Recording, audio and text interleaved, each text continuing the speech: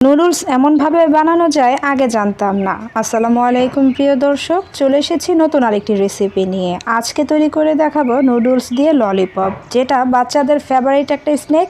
বাচ্চাদের টিফিনে অথবা সন্ধ্যার নাস্তাতেও এটা পরিবেশন করতে পারবেন। একটি লাইক দিয়ে চ্যানেলটি সাবস্ক্রাইব করে পাশে থাকবেন। তো চলুন আজকে বানিয়ে দেখাই বাচ্চাদের ফেভারিট স্ন্যাক। নাস্তাটি তৈরি করার জন্য এখানে আমি লুডুসের প্যাকেট নিয়েছি, আর এখানে আমি 4 প্যাকেটের যে লুডুসের প্যাকেট পাওয়া যায় সেটা নিয়েছি। আপনারা চাইলে বাড়িয়ে কমিয়েও নিতে পারেন। এখন এই লুডুসের প্যাকেটগুলো থেকে লুডুসগুলোকে বের করে আমি একটি প্লেটে রেখে দিচ্ছি, আর মশলাগুলোকে আলাদা করে রাখছি। মশলাগুলো দিয়ে পরে কাজে লাগাবো। এখন এই লুডুসগুলোকে বের করে নিয়ে প্রথমে সিদ্ধ করে নিতে হবে। তো আমি লুডুসগুলোকে একে একে ছিঁড়ে সবগুলোকে বের করে নিয়েছি। চুলায় একটা প্যান বসিয়ে দিয়ে এতে পর্যাপ্ত পরিমাণে পানি দিয়ে প্রথমে বলক তুলে নিয়েছি। এখন এই বলক তোলা পানিগুলোর মধ্যে নুডলসগুলোকে ছেড়ে দিচ্ছি। তবে এটাকে ভাঙা যাবে না, এভাবে আস্ত করেই দিতে হবে, আর আস্তভাবে এটাকে সিদ্ধ করে নিতে হবে। 2 থেকে 3 মিনিট পরে এই নুডলসগুলো খুব সুন্দরভাবে সিদ্ধ হয়ে গিয়েছে। এখন এটাকে ছাঁকনি দিয়ে ছেঁকে আরেকটি ছাঁকনির মধ্যে উঠিয়ে নেব, যাতে অতিরিক্ত পানিটা পড়ে যায়। দেখতেই পাচ্ছেন নুডলসগুলো কিন্তু আমি আস্তভাবে রেখেছি, আমি এটাকে ভেঙে নেইনি। নুডলসগুলো পানি থেকে উঠিয়ে বাকি পানিটাকে ফেলে দেব। লুডুসগুলো থেকে পানি ঝরানো হয়ে গেলে এখন একটি মিক্সিং বোলে নিয়ে নিয়েছি। এখন একটি চামচের সাহায্যে এটাকে একটু ছড়িয়ে দেব, যাতে তাড়াতাড়ি করে এটা ঠান্ডা হয়ে যায়। এই কাজটা চামচ দিয়ে করতে চেষ্টা করবেন, কারণ এই অবস্থায় অনেকটা গরম থাকে, তাই হাত পুড়ে যেতে পারে। এখন অ্যাড করে দিচ্ছি লুডুসের যে মশলাটা আছে সেই মশলাটা। তো এখানে আমি 4 প্যাকেট লুডুস নিয়েছি, এর জন্য এখানে আমি 4টা প্যাকেটের যে মশলা থাকে সেই মশলাগুলো এখানে অ্যাড করে দিচ্ছি, আর একে একে সবগুলো ছিঁড়েই এখানে অ্যাড করে দিচ্ছি। অন্য বাড়তি কোনো মশলা দেওয়ার প্রয়োজন নেই, কারণ এর ভিতরে সব কিছু অ্যাড করা থাকে, তাই আমি এই শুধু মশলাগুলোই দিয়ে নিচ্ছি। দিয়ে একটা চামচের সাহায্যে এটাকে আলতোভাবে খুব সুন্দরভাবে মিশিয়ে নিতে হবে, যাতে প্রত্যেকটা লুডুসের গায়ে এই মশলাগুলো সুন্দরভাবে মিশে যায়। তো এই কাজটা আমি চামচের সাহায্যে খুব সুন্দরভাবে করে নিয়েছি। ঠান্ডা হয়ে গেলে চাইলে আপনারা এই কাজটা হাত দিয়েও করে নিতে পারেন। তো আরেকটু টেস্টি করার জন্য আমি এখানে হাফ চামচের চেয়ে একটু কম গরম মশলার গুঁড়া দিয়ে খুব সুন্দরভাবে এটাকেও মিশিয়ে নিয়েছি, দেখতে পাচ্ছেন।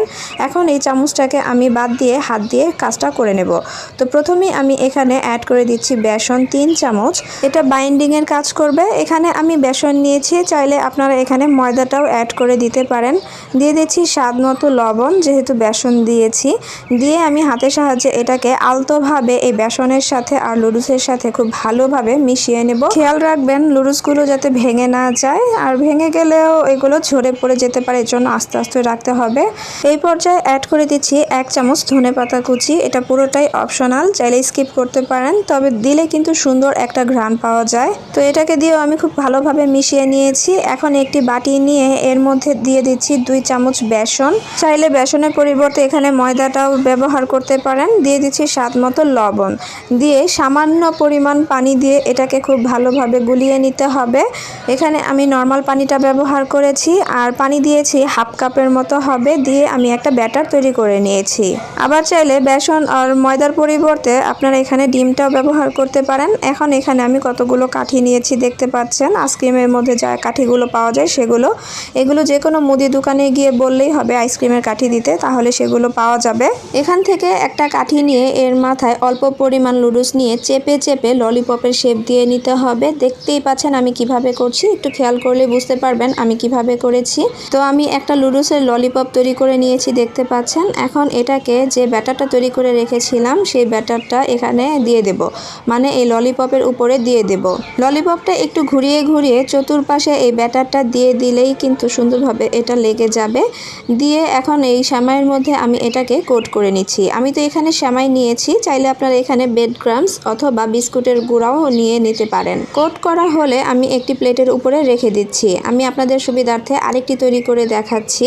একটি কাঠি নিয়ে আর লুডুস থেকে অল্প কিছু লুডুস নিয়ে কাঠির মাথায় একটু চেপে চেপে ললিপপের শেপ দিয়ে দিতে হবে।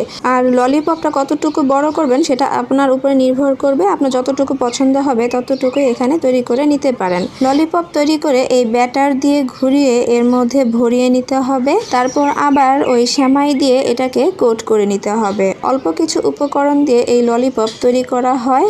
খুব সহজেই বাসায় চাইলে আপনারা এই ললিপপটা তৈরি করে নিতে পারেন। যে বাচ্চারা নুডলস খেতে পছন্দ করে না তাদেরকে চাইলে এভাবে করে ললিপপ তৈরি করে দিলে আকর্ষণ ধরে কিন্তু এই ললিপপটা খাবে। আর এভাবে করে আমি বাকি সব ললিপপগুলোকেও তৈরি করে নিয়েছি। এখন এগুলোকে ভাজার পালা। এর জন্য চুলায় একটা প্যান বসিয়ে দিয়ে তাতে পর্যাপ্ত পরিমাণে তেল দিয়ে তেল গরম হলে একটা করে ললিপপ দিয়ে আমি ভেজে নিচ্ছি। চাইলে আপনারা 2টা করে দিয়েও ভেজে নিতে পারেন, তবে সাবধানতার জন্য প্রথমে একটা দিয়ে ভেজে দেখতে পারেন।